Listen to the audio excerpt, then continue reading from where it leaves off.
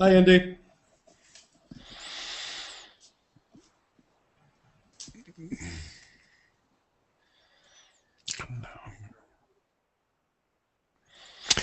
Hello, this is Howard Reingold, welcoming you to our 13th Connected Learning webinar. We're beginning to develop something of a community here.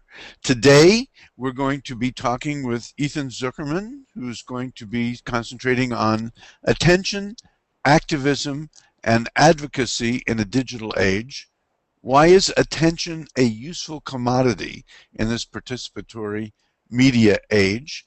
And as usual, we've got a kind of a fishbowl here. We have a few guests here in Google Hangout who are going to be talking about this subject with us and with Ethan, and the rest of the world will be tuning in via live stream. And you notice that in addition to checking out our audio and video stream, you can chat via the text chat in live stream, and from time to time we will try to introduce questions from that chat to our guests here. So to get started, I'm going to ask our guests to introduce themselves. Why don't we start with Indy? Indy, can you just take a minute to introduce yourself and what you're doing? And if you can adjust your camera a little bit so that we can see a little bit more of your face.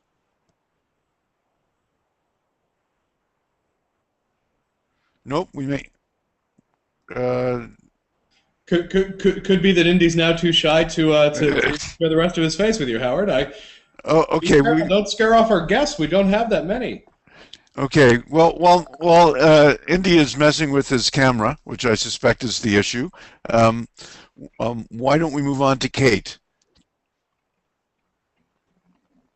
Hi, my name is Kate Krause. I'm a longtime AIDS activist. I started in grassroots AIDS activism in 1990 with the group AIDS, ACT UP, the AIDS Coalition to Unleash Power. And I've done both street activism, so organizing big demonstrations, different kinds of public policy advocacy, and then more recently I've worked with activists in various African countries and also in China around human rights issues, and coordinated a couple campaigns to release Chinese activists from prison. So I've done online organizing, but I would say I've worked really hard at it, but at a very unsophisticated level. Luckily, it's been pretty successful so far, but I have a lot to learn about online organizing. And I guess my question or thought, food for thought sort of thing is,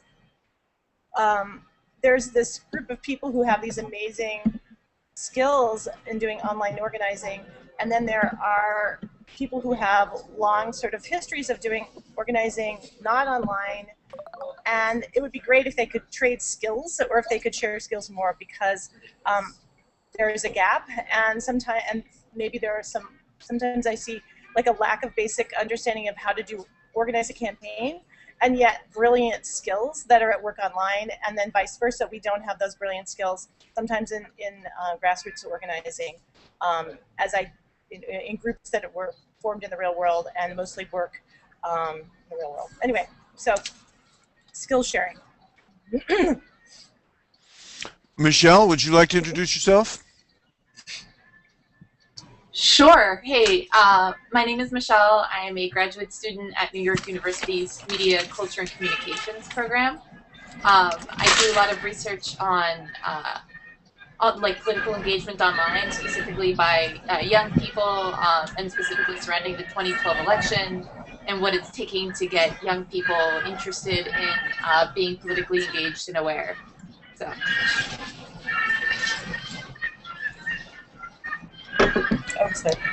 Yes, while you're not speaking, don't forget to mute your microphone. It will make it easier on the rest of us.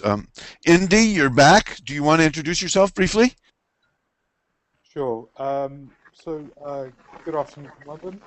My name is Indy Joe. I'm one of the directors of the Hub Network, which is global, and I'm really interested in how the notion of activism and digital activism is going to become increasingly fundamental to the way I think business is reinterpreted very fundamentally, and we've seen it. We grew Hub Westminster, which is 6 months old, completely online, with no PR, with no traditional PR, with no kind of traditional branding or anything like that. So how do we really reframe the nature of how we engage more fundamentally? And activism is a broader concept than just effectively just campaigning on key issues, and how social media and everything else plays into that. So. All right, thank you. And Dennis, would you like to introduce yourself? Hi guys, Dennis Parfenov is my name. I'm based in Ireland, and last year I founded an initiative called Active Citizen. We aim at building civil applications on the top of open data sets, which are very few and far between in Ireland available. So we are also advocating for Ireland to join Open Government Partnership and to release as open data as many data sets as possible.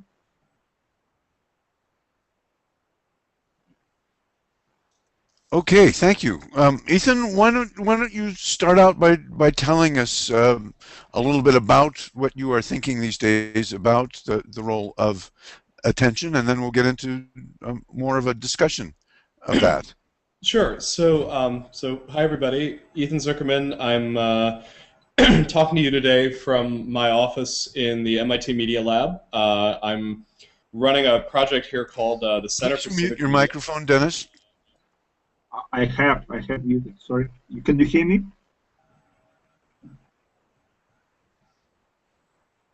Okay, if I go ahead. Just a second, Dennis. You can mute it on the Google Hangout. At the top, there's a microphone link.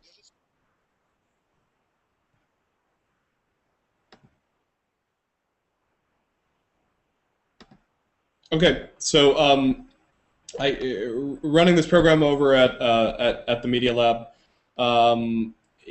It's a graduate program focused on doing research on this topic of civic media, which is somewhat ill-defined, but I think of kind of as this intersection between the world of participatory media and sort of the world of civic engagement. So there's large chunks of that world of participatory media that don't have any civic purpose. If I'm telling you what I had for lunch, that's probably not all that helpful in terms of civic change. If I start saying, gee, we really should work on having more healthful food accessible in Cambridge, and perhaps we should put together a community effort to change what food trucks we have available, or to try to figure out a community farm that has a farmer's market, maybe that starts moving into the civic engagement overlap piece of it. We've been doing a lot of thinking and talking sort of in our group here about the ways in which a lot of the activists that we talk to, we work with, we share ideas with, are really focused right now on sort of capturing attention. And I think that there's reasons why attention has sort of emerged as one of the fundamental currencies for activism. I'm not convinced that this is always a great idea. I think in a lot of cases, there are some open questions we have to ask about whether attention is sort of the right way to think through these things. But I wanted to kind of share just a couple of notes on what we've been thinking about with this. Can you folks see my slides at this point?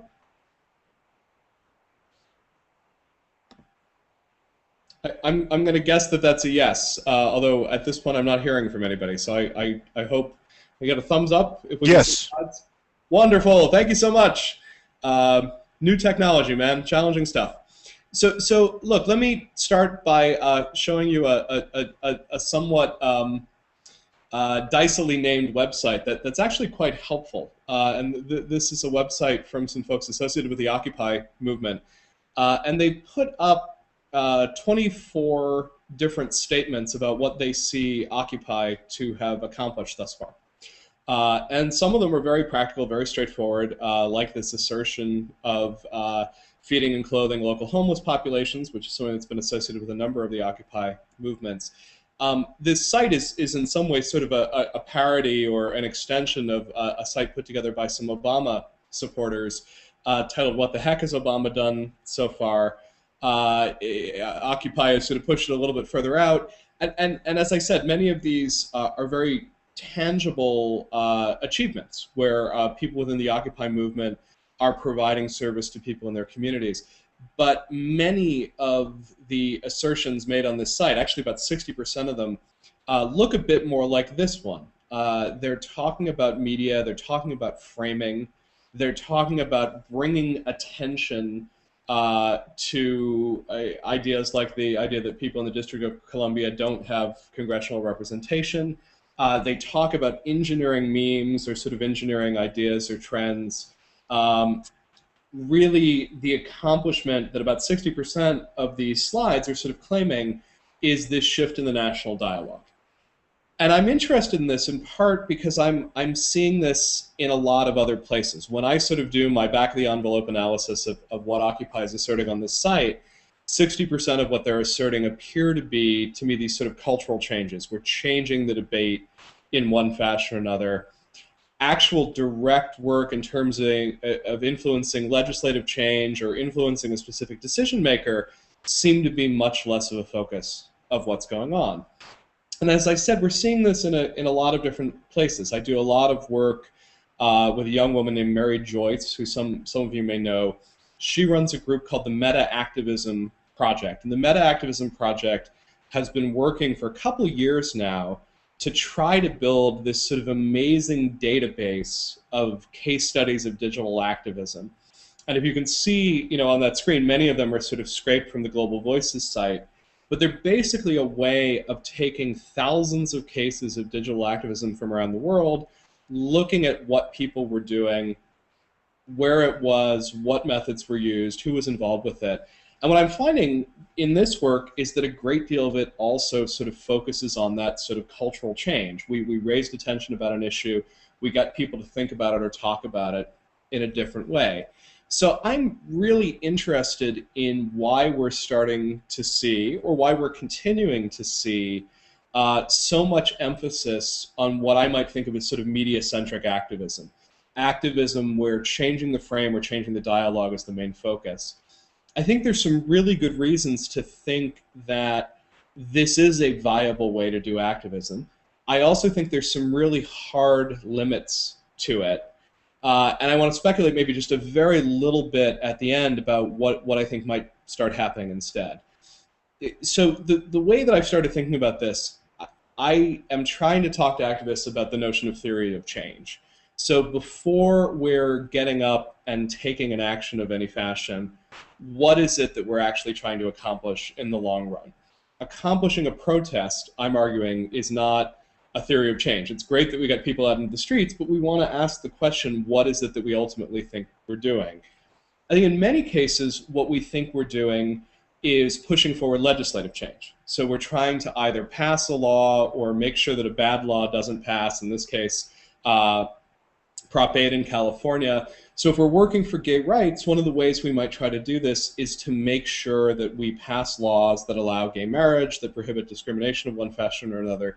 In open societies where rule of law is very powerful, legislative change is incredibly efficient. You get a law passed and you find yourself in a circumstance where suddenly you've got protections of civil rights, you have the ability to do things that you couldn't do before within the legal structure. The problem in some ways is that it doesn't work nearly as well in countries or environments where you don't have an open society and you don't have rule of law. In a lot of those countries, you start looking for theories of change based on who's got the power, who's got the authority.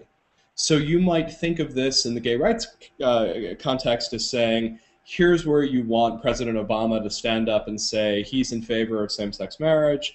This is where you want a corporation to say we're going to provide the same benefits for same-sex married employees as we do for conventionally married employees. You want an authority to sort of say, even if the law doesn't change, I'm going to change my behavior. And that might be a political leader, that might be a corporation, that might be anyone who has a certain amount of power. I think we're starting to see a lot of change, which is basically cultural, which sort of says, I sort of am not going to worry for the moment whether we can pass gay marriage. I'm not going to worry about whether we can get the president or a CEO to stand up and say I'm pro-gay rights. We're going to create a culture where it is more possible for people to claim a gay, bisexual, or lesbian identity and feel accepted within society. This might come from a group like PFLAG. This might come from more subtle cultural change. Can you get Will and Grace on the air? Can Bravo start embracing and having many visible homosexuals within their cast of hosts, and so on and so forth?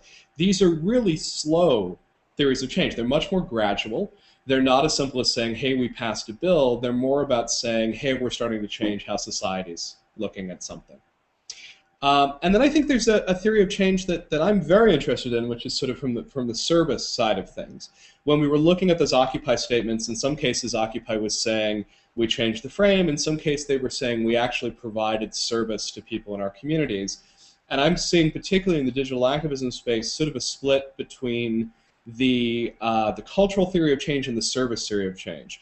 If we can't make it possible for teens to feel comfortable being gay, at least we can staff a hotline, we can make it possible for people to call and talk to a supportive voice, we can provide direct service to the people who might be affected. So I'm starting to think of activism from this perspective of sort of levers and techniques. And the levers are these four that I just mentioned. There's probably more than that, but these are the four that I'm sort of considering. How do you make legislative change? How do you persuade an authority to change their mind? How do you change the culture as a whole? How do you provide services? And then you can think of any of these different tactics, these different techniques. You know, you can mobilize celebrities, you can use social media as ways of trying to move these different levers. And I think some of them, you know, work better than others. I think it's really hard to petition for cultural change.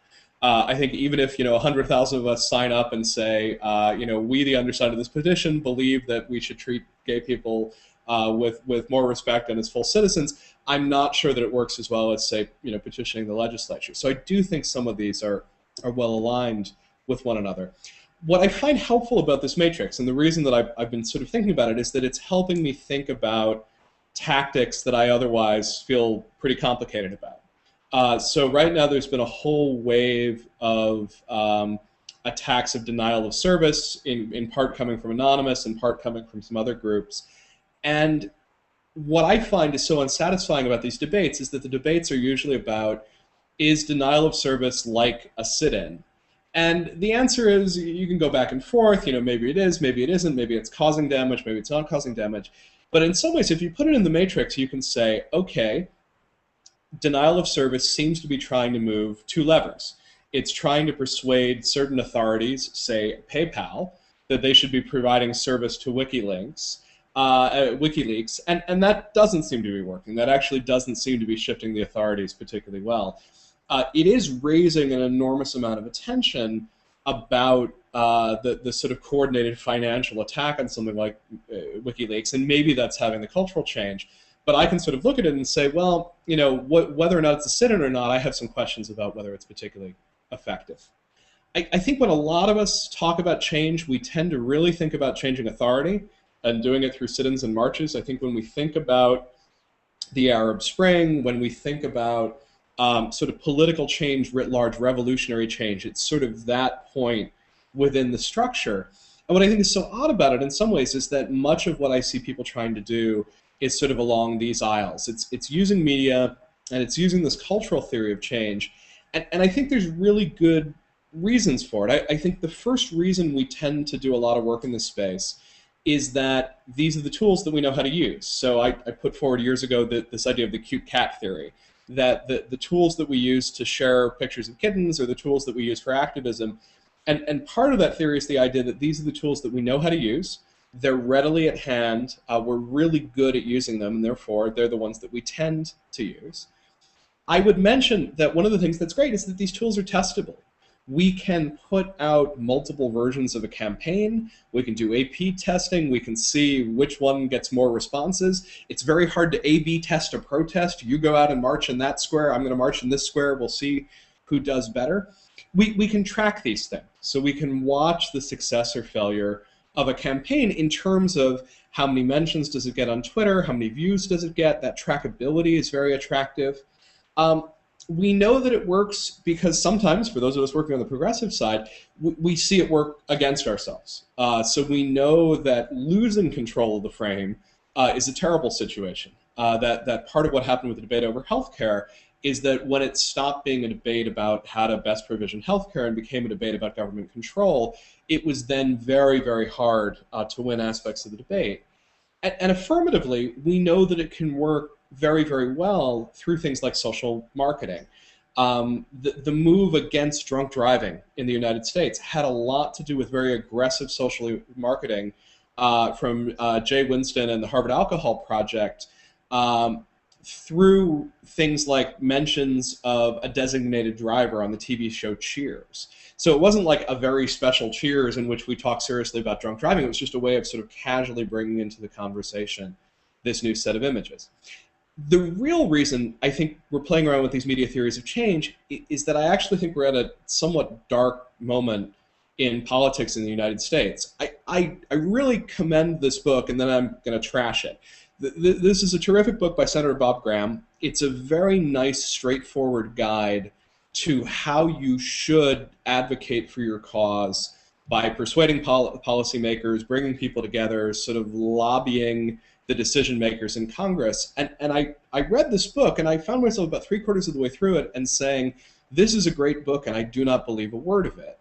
And I think the reason I don't believe a word of it is that, like a lot of people in their 20s and 30s and possibly younger in the US today, there's a sense that the levers of government are really sort of frozen into place. And I think if I wanted to try to draw a line through some very different movements, through the Tea Party, through Occupy, through WikiLeaks, through Anonymous, it's a sense that we don't know how to move the government where it is right now, and the only thing that we know how to move is media. Let me just say that the thing that's gotten me thinking about this the most lately was the Kony 2012 campaign. And again, in the spirit of sort of taking it seriously before talking about the problems of it, it's really worth mentioning that this campaign to get people to pay attention and be activated around the issue of a Ugandan warlord got 100 million views, faster than anything else in the history of YouTube. And for a half-hour video that's on some very heavy subjects, it's pretty amazing to watch it, beat out Susan Boyle and Britain's Got Talent. It mobilized an amazing social media push, and I worked a little bit with Gilad Lotan, it's really mostly his work, to sort of look at how the initial 5,000 tweets came out around Kony 2012, and it looks like this is an example of a very, very well-organized campaign sort of based on movement actors who'd been working with invisible children for years, based around sort of church and youth groups around the US. So they did an amazing job of getting this idea out. They did a gorgeous job of what we tend to call the ladder of engagement. They were trying to get people to go from watching the video to spreading it to taking action in the physical world. And what's tricky about this ladder of engagement is that to get people to climb it, you need your peers to climb it, and you also need to understand more about the movement. So really what Kony 2012 has to do is say, look, we've got you activated, now we're going to show you that you're part of a movement, and we're going to help you understand sort of more and more about it. And what happened to this movement instead is what I would call the rule of nines. For every 100 people who sort of saw this video, I think about 90 of them said, wow, that was amazing. My guess is that 9 of them said, wow, that was amazing, I'd better pass it on. And perhaps 1 out of 100 said, hey, I've got an issue with this. And this is where you have a young man like Grant Oyston, who was a student in Nova Scotia, who responded to this by writing a very critical post and sort of saying, where's the money going? Is this really what you want to be supporting? What are the motives behind this? That turned into a much larger backlash coming from people in Uganda who felt like they weren't represented within the narrative. This is Rosabelle Kagumire, who's a friend of mine through Global Voices, pushing back from the Ugandan perspective on all of this. There's this real danger in sort of media-based activism that you have the possibility of slacktivism, a term not coined by, but very heavily popularized by Evgeny Morozov, and this notion that all you have to do is raise attention and something will happen. And in this case of Kony, probably raising the attention is first of all actually a pretty inaccurate picture of what's going on the ground, and there's really no way of demonstrating that that attention is actually leading towards action. The final point on this is that this attention tends to be really fleeting. This is an analysis of attention to some of the issues that the Occupy movement has been claiming credit for. And so, not unpredictably, when Occupy was in the streets in October and into November, they were getting a lot of mentions, and that sort of died down as the movement has really sort of failed to restart. They did manage to have this effect for a while on getting people to talk about income inequality. But that, too, appears to be sort of coming to a close. And this is one of these worries. We may think that cultural change is a very long theory of change, but I think we also have to get very open to this notion that maybe it's not always an effective theory of change. I think at the very least, we have to start asking some really hard questions about what are the metrics? When do we sort of say a cultural theory of change is the way to go? How do we know if it's working? Is it really fair for us to sort of say, this is a long change, we'll know if it worked 20 years from now? Or do we actually have to ask some much harder questions about, first of all, how are we using the media? How effective are we at these cultural theories of change? Are these cultural theories of change leading to other sort of measurable change? Those are the sorts of questions that we're really wrestling with right now. So I put this out as a set of provocations that we're trying to figure out over here at MIT. Would love your thoughts, would love your feedback, would love your questions, because this is sort of front and center to a set of challenges we're trying to work through.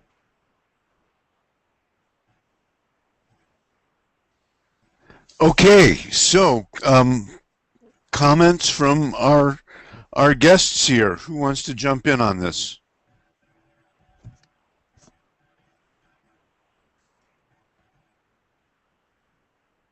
Go ahead. Well, I'm particularly, because my research is focused on how young people are doing this, I'm actually really interested in the comment that Ethan made that people have the feeling that we don't know how to move the government that we have right now. The only thing we know how to move is media. And a lot of the work I've been doing has been with people who are making memes, like political memes, or political, like gamifying the electoral process, but not a lot. I don't know where that lands on this scale of activism, because I'm not sure if this is are they trying to change something culturally where it's like they're trying to make politics an accessible, funny thing that young people can connect to because it's memes, it's games, it's things they're familiar with, or is this another form, like another, like where does it fall in that rubric? And I'm inclined to say it might actually be cultural, because it's not based on legislation, and maybe it's like authority, because it is the idea of like attacking or supporting the politicians who are in or looking to come into authority, but it seems more nuanced than that. And I'd be curious to hear, perhaps, anyone who's familiar with these attempts to like memeify or gamify this year's elections, where they think that might land on this rubric, and whether or not that those sort of attempts might actually culminate in real results come the election. So a couple of things. I want to be really careful about this sort of question of real results, and this is where one of the reasons I've been sort of playing with the different terms is that every time I sort of say, I want to see something real, I want to see legislative change, I want to see a business change, many of my colleagues sort of jump on me and say, no, cultural change would be real change. Let's make sure that we don't discriminate in our change. But I do think we have to ask these questions about, can we demonstrate cultural change, and can we sort of ensure that we know that it's happening? Second thing, I think there's a lot of hybrid theories out there, right? So in a longer version of this talk, I usually end up talking about bank transfer day as perhaps one of the most interesting things associated with the Occupy movement, not directly Occupy, but I think really helpful. And what I love about bank transfer day is that it had a direct effect on authority figures, banks, by taking money away from them. It had a nice service effect, which is that people find themselves in a better position to manage their money, and helping colleagues learn about and manage their money. And it had a terrific cultural effect of essentially saying, hey, banks, we found a way to strike at sort of the heart, which is to look at the money piece of it. So I think the hybrids are often the way to go.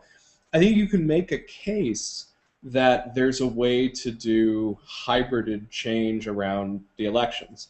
Electoral change is ultimately, it's a legislative strategy, right? I mean, you're trying to elect legislators in one fashion or another, legislators and authority figures. But in gamifying it, I think what you're trying to do is sort of say, let's get more people into it. Let's make it clear that this is participatory. Let's make it clear that this is something that you're going to be part of. That's where I think we probably need to start asking these questions about, what works and what doesn't. My fear is that the notion of theories of change almost never comes into the dialogue.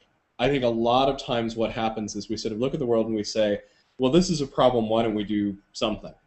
And I think the something that we often do is start a Facebook group. I think the something that we sometimes do is say, can I make this more attractive by gamifying it? But somewhere I want to be asking that question of what lever is it that we're trying to pull? What is it that we think that we're trying to move as activists?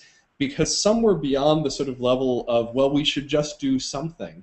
Like, just do something is great, but I've been just doing something for 20 years, and the world is not much better, and I would like to figure out how to be more effective. And that's why I find myself starting to think about this and trying to get young activists to think about it as well. Because my fear is you do something like Kony 2012, you get criticized because everyone says, well, it turns out Joseph Kony's not in Uganda, and this isn't how we're going to get him. And then do you just detach from this whole theory of change, or do you look at this and say, I should find a better place to put that lever?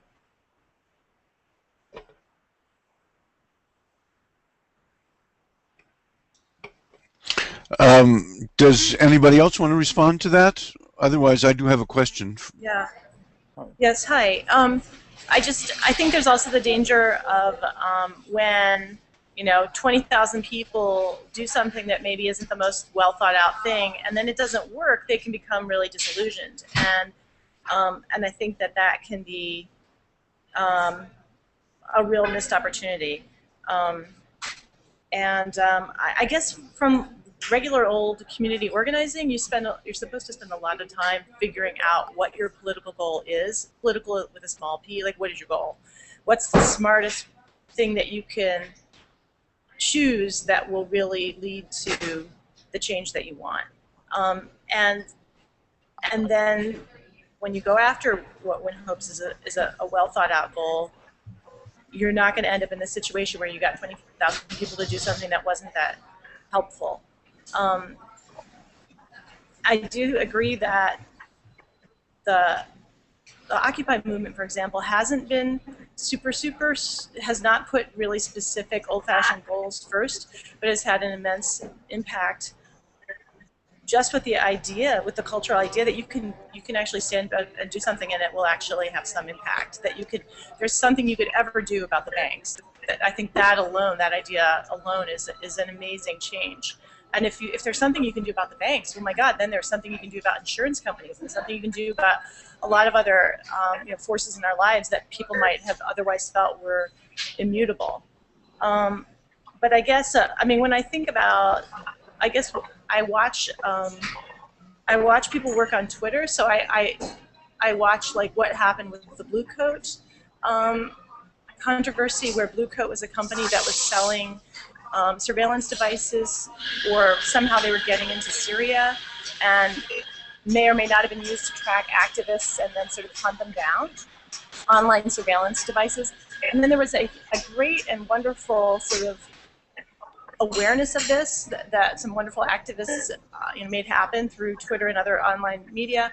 And there was a lot of controversy. There was a lot of then following some great mainstream press coverage.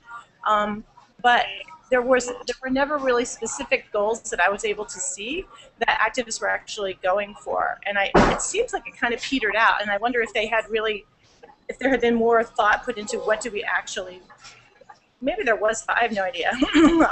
But I think of that as one of these campaigns where a lot of wonderful things happened, but it didn't actually change anything.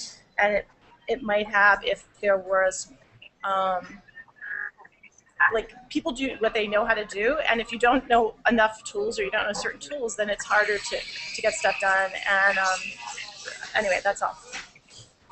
So So for me, what I took from your comments is a lot of these questions about effectiveness, and that's really what I find myself trying to ask some questions about, and sort of this notion that um, if you find yourself in a situation where you've gotten 20,000 people out into the streets, you really want to hope that you've gotten them to focus on something useful and helpful.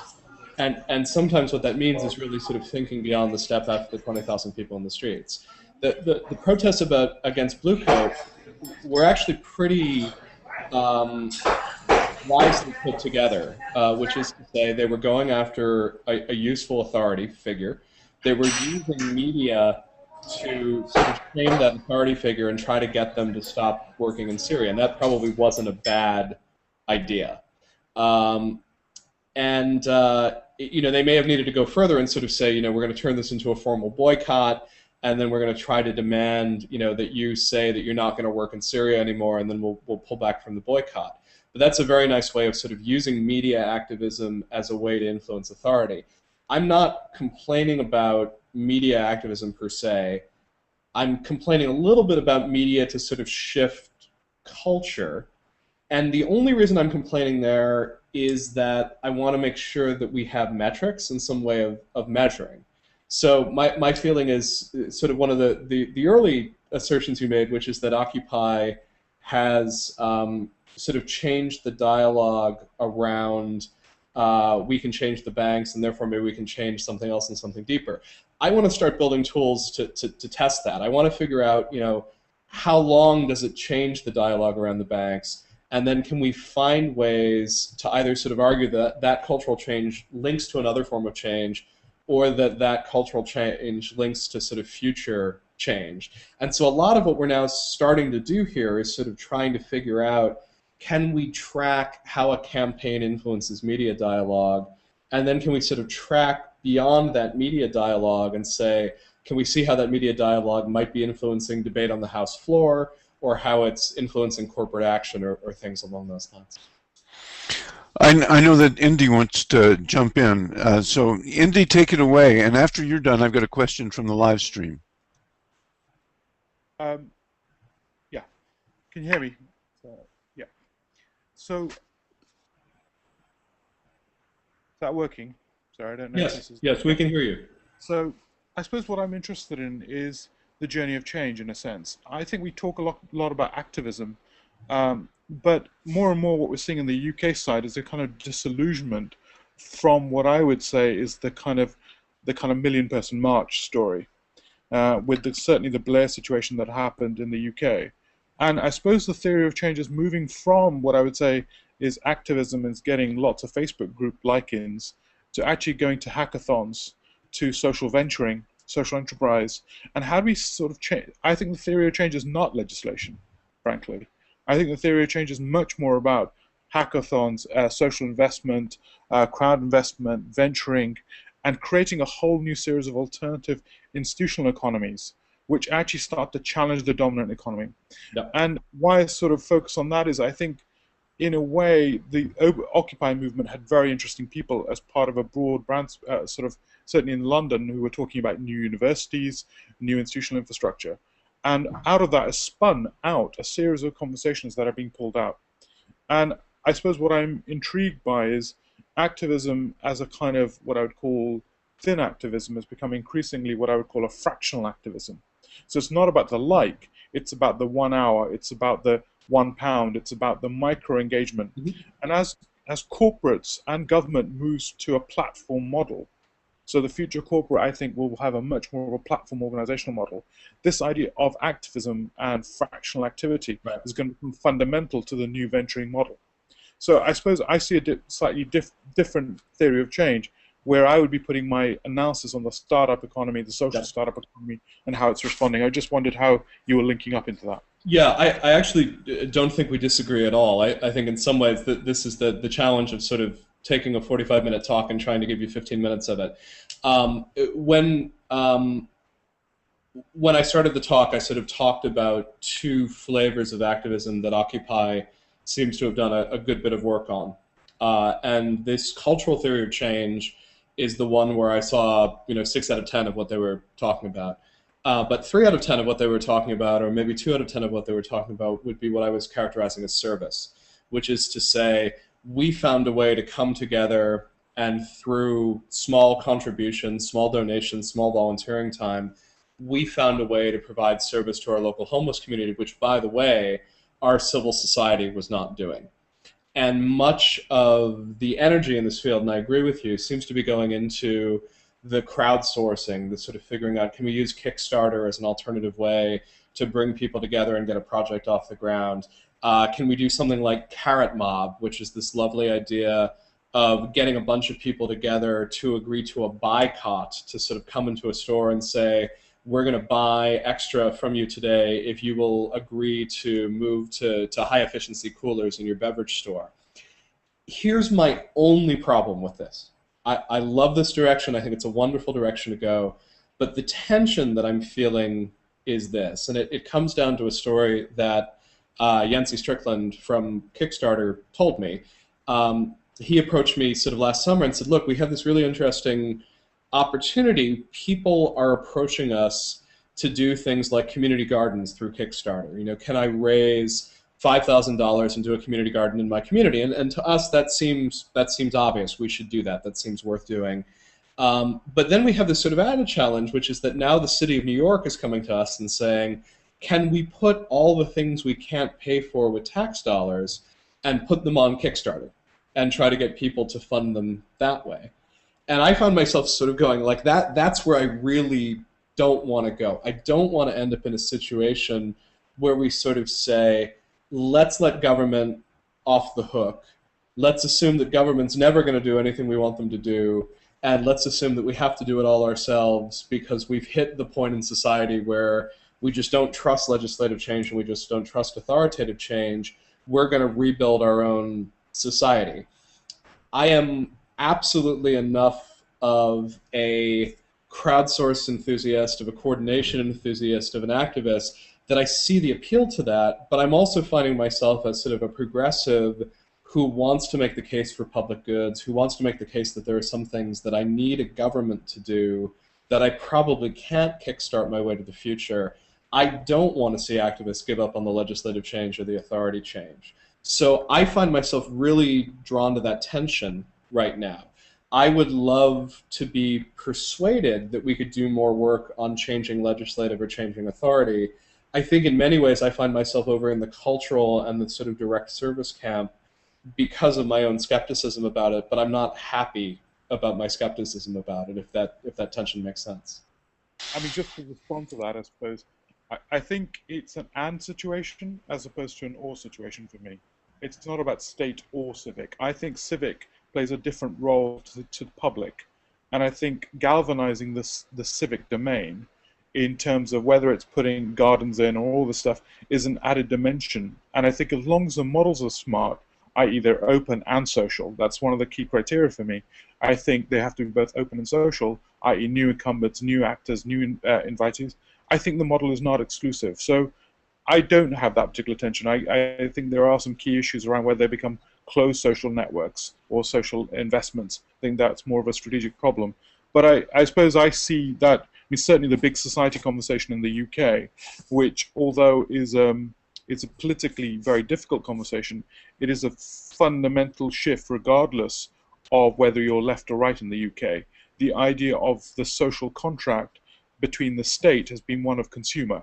So the citizens have been largely consumers of state goods in the UK, in the Western economic model. And I think shifting that to being a co-producer and a co-investor in the state goods, in public goods, is going to be a key direction of travel. Now, how we keep those governance and stuff like better means and other things can allow us to effectively open up that governance vehicles to make sure they're relevant for the 21st century. So I suppose I feel less of that tension, but I do think the governance issue is absolutely paramount. We've got about 15 minutes left, and I'd like to get a couple of questions in that came from the live stream chat, and also give Dennis a chance to jump in as well. So let me just pose one question from the live stream chat, which is, how do grassroots organizations share theories of change and tactics, and what works? And what works? Right. So I actually think we're getting better at sharing what works. I think people are doing a nice job of sort of documenting their success stories.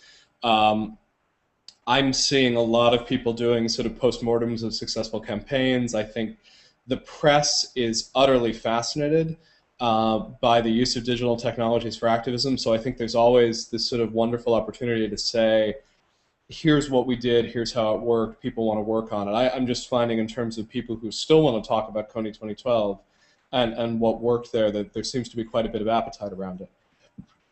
Getting people to talk about theories of change, I think, is very different. And that's something that I find much more complicated. And I came across the language of theories of change in my work in the foundation community. And it was something that I found when I was doing work with Open Society Institute. Some of my fellow board members would basically say, yes, that sounds like a good thing to do, but what is it that we think that we're doing? I didn't end up with that language through my work in the activist community, and I've done quite a bit of work in that community as well.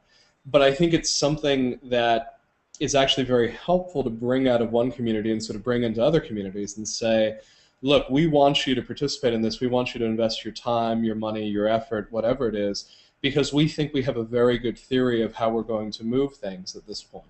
And I think it's more just a question of putting some more rigor on this field. I think one of the dangers about the activist field is that we all want to pat ourselves on the back because we did something great, because we went out and did something positive for society. But often we're expending enormous amounts of energy and getting very little to show for it. And in fact, I would say that that's probably the dominant mode of activism. And I think being able to take a very critical look and sort of say, well, no, that didn't work so well. Or if that worked, it worked because we got more people involved with the movement, we got more people's creative engagement, but we didn't necessarily move the ball. And I'm just looking for ways to sort of introduce some terms, introduce some ways of thinking and talking about this in the hopes that it makes it easier for us to have those conversations going forward. Dennis, I want to give you an opportunity to jump in while we still have time here. Was there anything that that Ethan has talked about that you wanted to comment on? Yeah, both examples which were given on Occupy Wall Street, on Coney 2012, they succeeded, in my opinion, in one thing. It's about spreading the message. It's about spreading awareness about the inequality, if we're talking about Occupy Wall Street or Coney. But in both cases, the instrument which were used to spread this message, which is mainly Facebook or Twitter, are run by corporations against Occupy Wall Street, is against mainly. So what we had in mind for Active Citizen is about building civic applications which are built on the model of Wikipedia, which are run as Wikipedia and funded by through crowdsourcing, basically. So Dennis, in coming and publicly critiquing the large intermediaries, may have just found himself cut off by Google. So I'm somewhat reluctant to respond to that. I'm sort of hoping that he might join back in. But maybe I'll just go ahead because I know that our time is sort of limited. I'm actually sort of notoriously skeptical of sort of creating our own civic Facebook. And you know, I've been making this case for about 5 years now, and it makes me really unpopular. So it means I get to go to places like the Open Video Conference and sort of say, actually, what you really need to do is get your head around how to use YouTube. Because we're at the point where, you know, at 1 billion users of the system, building your own is just a really, really hard thing to do. Dennis, are you back? Dennis, you dared to criticize Google and you got cut off. It's probably the case. So I was just telling my friends here that you're not going to like my answer. But I've been trying to make the case for a couple of years that while I think it's really good to ask hard questions, about the motivations of these intermediaries. It's really good to ask about YouTube, to ask about Facebook, to ask about Twitter. It's really important to demand that they think of themselves as civic spaces and that they take those obligations seriously. I am somewhat skeptical of building our own tools, and I'm skeptical for a couple of reasons. The first reason for my skepticism is that in my experience, it's really hard to get people onto your platform. They tend to use the tools that they have at hand. And so when I look at what my friends in Tunisia were doing, they were doing it on Facebook because it was the tool that they could use and it was the tool that the audiences were on. It wasn't that they thought Facebook was wonderful. It was that it's what people were using and everything else was censored. And the other thing that I would point out that we've seen sort of in the work that we've done in Egypt is that when people start fighting against your civic use of tools, certain techniques like denial of service become very, very powerful. So when a guy like Wael Abbas was collecting and curating a set of police brutality videos and putting them up on his own blog, he found himself getting sort of DDoSed into oblivion. And he ended up moving over to YouTube, sort of knowing full well that he was making some real compromises in terms of who owned that space and who owned that property. So I've sort of chosen to focus a lot of my activism on trying to engage with the people who run these companies and trying to sort of say, look, I need you to take seriously the notion that these are digital public spaces and that you need to figure out how to make them open.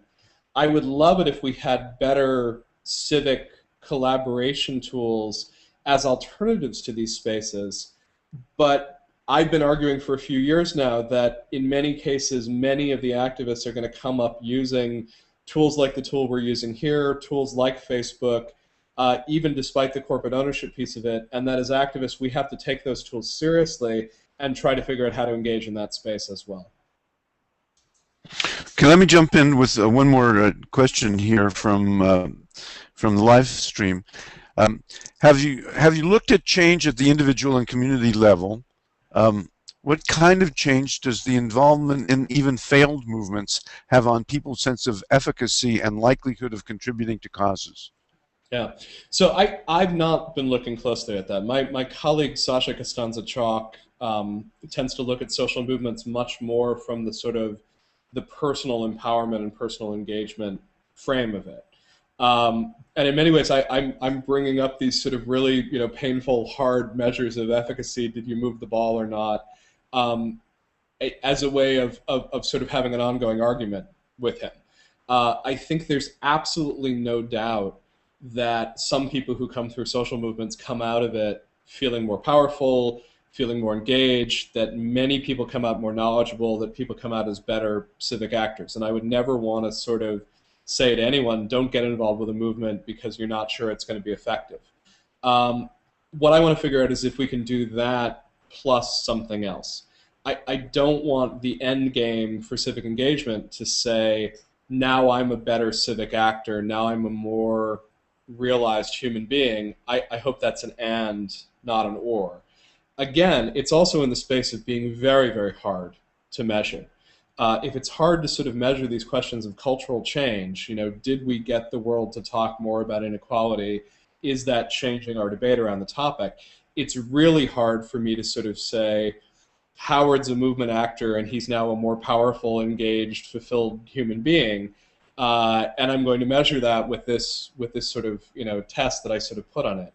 So I think what I'm trying to do is actually ask some of these sort of hard questions about what are very soft subjects in some ways. That we know that we want change to happen. We know that we want people to be engaged in change. And then sort of asking, I think, what often end up being tough questions about, are we effective at it? Are we using people's energy? Are we using sometimes the money of supporting these movements? Are we doing that in an effective way? So I want to take it seriously, but I also want to ask another set of questions around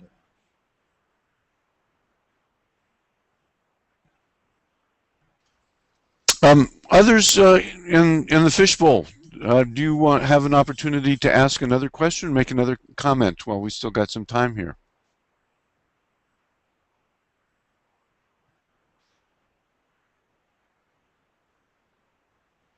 or we may have reached the natural lifespan of a conversation, which would not be a bad thing to do. And okay, we've got a few minutes, and I do have some questions from the live stream. So let me jump bring them on that. Okay. A follow-up to that last question. Are theories of change somehow different if we're looking at the local scale, say a city level? It's a really nice question. I think that the theories of change are probably not all that different. I think the specific loci are different. I think there probably still are legislative ways to go about this. People pass laws on a local level. It may be that legislative is the less efficient method on local change, because in many cases the laws that you're dealing with are state or federal law rather than sort of a local ordinance if you're trying to make a change. If you want to set up a particular form of food co-op, you probably need a licensing change that happens at a state level or maybe a national level rather than purely a local level. And local may therefore sort of favor the service model, right? It may actually favor can we figure out how to get people in an immediate physical community to provide services to one another, to get together and jointly build something.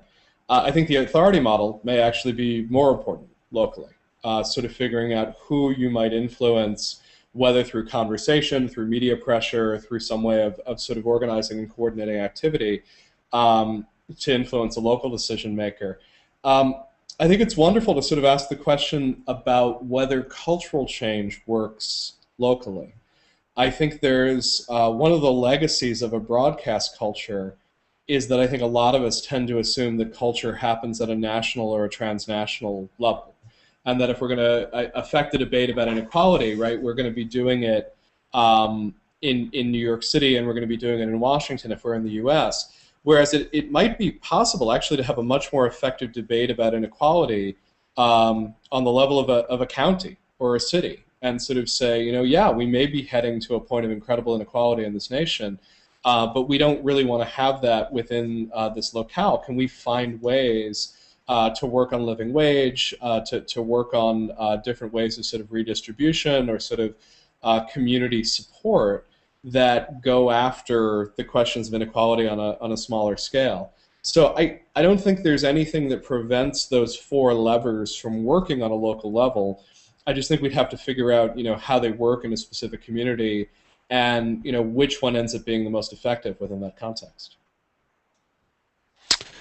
Okay, we've just got a minute here, and I wanted to mention that we are going to stop this live stream in a minute, but the conversation can continue on Twitter using the hashtag #ConnectedLearning, and also on the connectedlearning.tv site. There is now a page for Ethan that has a comment thread on it. So what we're engaged in here are not just these live webinars, but attempting to build communities very broadly among people who are interested in connected learning, in education, in activism, to try to connect, again, people's interests, peer learning, and curriculum. So do join us there. And we're also trying to collect resources that we will put on a resource page. If you want to help us identify those resources, there's a DGO group for that, and you can find out about that at connectedlearning.tv, and I've also